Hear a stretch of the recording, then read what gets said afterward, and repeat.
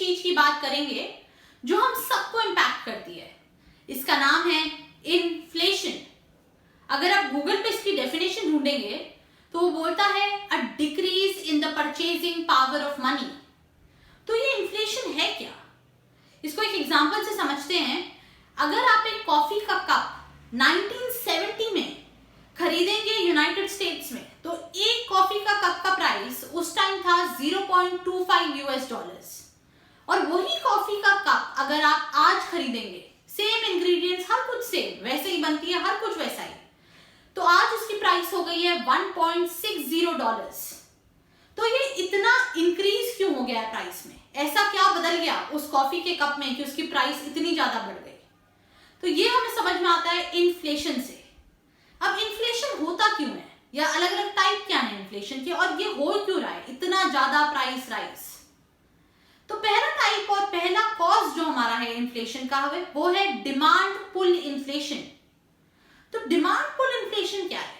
जैसे कि अगर आप एक मूवी हॉल में जाते हैं तो वहां पे दो तरीके की सीट है, आगे वाली सीट्स हैं और पीछे वाली रिक्लाइनर सीट है। तो रिक्लाइनर सीट से ज्यादा अच्छा व्यू मिलता है, हर कोई चाहता है कि हम पीछे की तरफ बैठे। अब एक सिचुएशन इमेजिन करिए जहां पे हर किसी के पास बहुत मनी है हाथ में, हर कोई अफोर्ड कर सकता है वो रिक्लाइनर सीट। जितने लोग जाके उस टिकट काउंटर के सामने खड़े हो रहे हैं, हर कोई रिक्लाइनर सीट खरीद सकता है। तो क्या होगा, हर कोई जब रिक्लाइनर सीट खरीदने के लिए तैयार होगा तो वो 20 सीटें जो है रिक्लाइनर की, उनकी डिमांड बहुत बढ़ जाएगी। तो डिमांड बढ़ जाएगी तो जो ओनर है उस सिनेमा हॉल का, वो क्या करेगा? नेचुरली वो अपनी प्राइसेस बढ़ा देगा, अपनी कॉस्ट बढ़ा देगा। अगर रिक्लाइनर 200 का था तो वो 400 का कर देगा। तो उसकी जब रिक्लाइनर की प्राइस बढ़ जाएगी, क्योंकि लोगों ने डिमांड बढ़ाई तो प्राइस भी बढ़ गई। तो ये इन्फ्लेशन हो गया। तो डिमांड की वजह से प्राइस बढ़ी, डिमांड पुल इन्फ्लेशन। अब जो अगला कॉज है इन्फ्लेशन का वो है कॉस्ट पुश इन्फ्लेशन। अब कॉस्ट पुश इन्फ्लेशन क्या है? सपोज एक इंडस्ट्री है जो कॉटन टी शर्ट्स बनाती है। तो कॉटन टी शर्ट बनाने के लिए उस इंडस्ट्री को क्या होना जरूरी है? कॉटन मिलना जरूरी है, रॉ मटेरियल। अब सपोज जो रॉ मटेरियल जो कॉटन है उसकी अवेलेबिलिटी कम हो जाती है, मॉनसून ठीक से नहीं आता, या कोई भी रीजन हो सकता है, या गवर्नमेंट ने टैक्सेस बढ़ा दिए, तो वो जो कॉटन है वो एक्सपेंसिव हो गया। अब वो कॉटन कम अवेलेबल है, एक्सपेंसिव हो गया।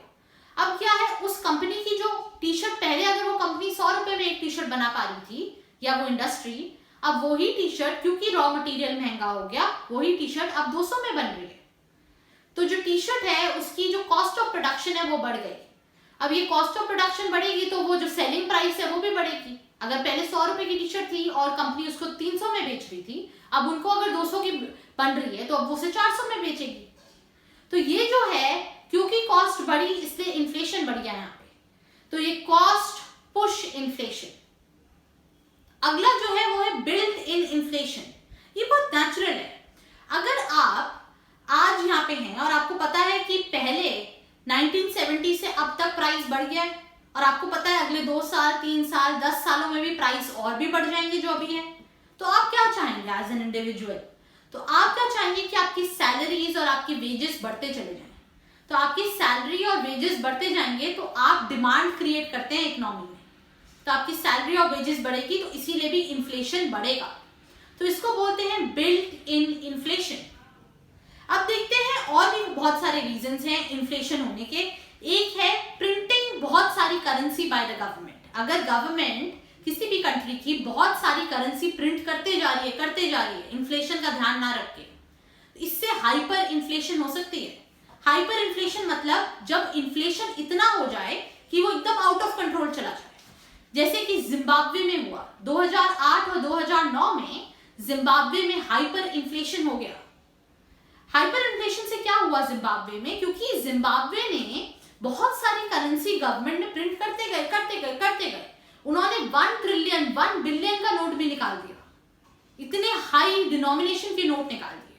अब क्या हो गया, उससे 1 ट्रिलियन का नोट तो निकाल दिया, पर वो जो 1 ट्रिलियन का जो नोट था, वो 1 ट्रिलियन का नोट, उससे क्या खरीद सकते हैं आप? जो आप $1 से खरीद सकते हैं।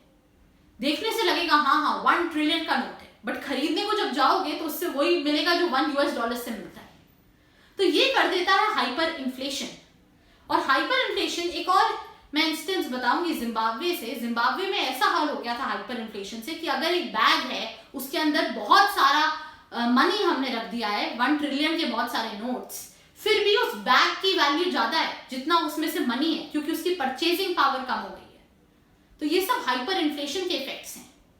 अब नेचुरली क्वेश्चन आता है, क्योंकि हमने इन्फ्लेशन के इफेक्ट देख लिया, कॉजेज देख लिया, कि क्या इन्फ्लेशन हम 0% रख सकते हैं? क्या कंट्रीज को 0% इन्फ्लेशन रखना चाहिए?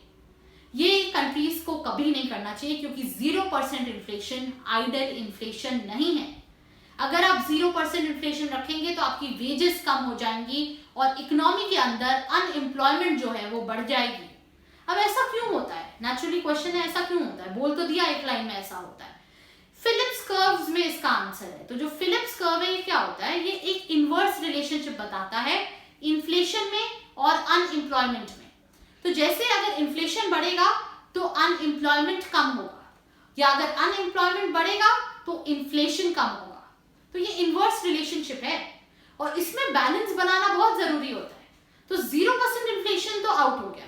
अब असली में कितना इन्फ्लेशन रखना चाहिए किसी कंट्री को? तो ये अलग अलग है। डेवलप्ड कंट्रीज के लिए अलग है और डेवलपिंग कंट्रीज के लिए अलग है।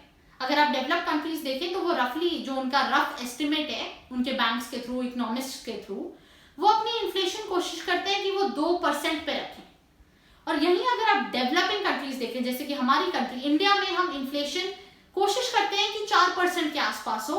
इसमें +2 -2 हम कर सकते हैं। तो 2 से 6% के बीच में इंडिया कोशिश करता है कि वो अपनी इन्फ्लेशन रखे, क्योंकि यहाँ पे बैलेंस बनाना बहुत जरूरी हो जाता है इन्फ्लेशन और अनएम्प्लॉयमेंट में। क्योंकि आपने जैसे कि रिलेशन देखा, इनवर्स रिलेशनशिप है।